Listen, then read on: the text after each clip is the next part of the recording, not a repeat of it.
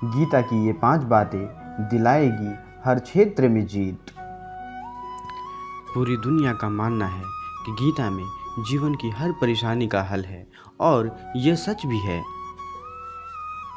मन में कोई भी दुविधा हो, कोई भी सवाल हो या निर्णय लेने में किसी तरह का अंतर्द्वंद ही क्यों ना हो, गीता के पास हर मुश्किल का हल है।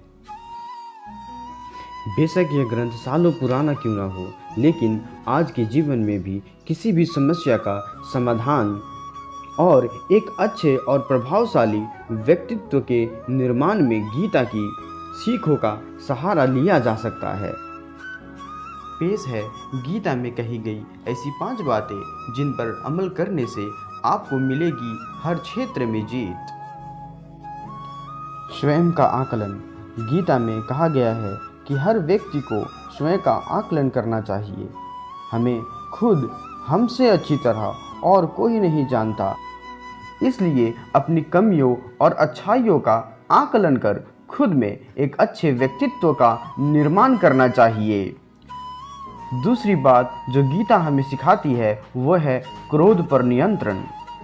गीता के अनुसार क्रोध से भ्रम पैदा होता है, भ्रम से बुद्धि व्यग्र होती है, जब बुद्धि व्यग्र होती है तब तर्क नष्ट हो जाता है, जब तर्क नष्ट हो जाता है तो व्यक्ति का पतन शुरू हो जाता है।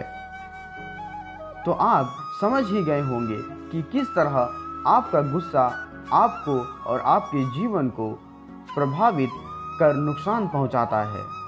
इसलिए अगली बार जब भी आपको गुस्सा आए तो खुद को शांत रखें और गीता की ये बातें याद करें। तीसरी बात जो गीता हमें सिखाती है वह है मन की माया। गीता में अपने मन पर नियंत्रण को बहुत ही अहम माना गया है। अक्सर हमारे दुखों का कारण मन ही होता है। वो अनावश्यक और निरर्थक इच्छाओं को जन्म देता है और जब वे इच्छाएं पूरी नहीं हो पाती तो वो आपको विचलित करता है।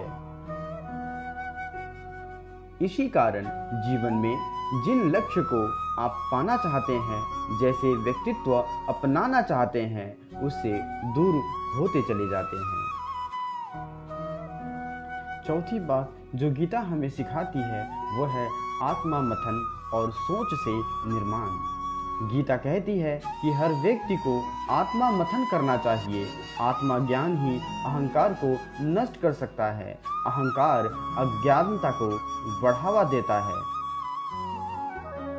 उत्कर्ष की ओर जाने के लिए आत्मा मथन के साथ ही एक सही और सकारात्मक सोच का निर्माण करना भी जरूरी है। जैसा आप सोचोगे वैसा ही आपका आचरण भी होगा। इसलिए खुद को आत्मविश्वास से भरा हुआ और सकारात्मक बनाने के लिए अपनी सोच को सही करें। पांचवी बात जो गीता हमें सिखाती है वह है फल की इच्छा। गीता में कहा गया है कि मनुष्य जैसा कर्म करता है उसे उसके अनुरूप ही फल की प्राप्ति भी होती है। इस बात को अगर वर्तमान संदर्भ में लें तो छात्र पढ़ने से ज़्यादा तो इस बात को सोच कर घबराते रहते हैं कि रिजल्ट कैसा आएगा। इसलिए ज़रूरी है कि वे रिजल्ट की चिंता छोड़कर पढ़ने पर ध्यान दें। जैसा प्रयास वे करेंगे परिणाम उसी के अनुरूप होगा। लेकिन अगर वे फल की इच्छा में कर्म ही नहीं करेंगे तो फल भी उनके इच्छा के अनुरूप नहीं होगा। दोस्तों, गीता तो ज्ञान का स्रोत है। गीता में संसार की हर एक समस्या का समाधान गीता से प्राप्त किया जा सकता है। मेरी ये छोटी सी पहल है गीता को आप सबके सामने रखने का।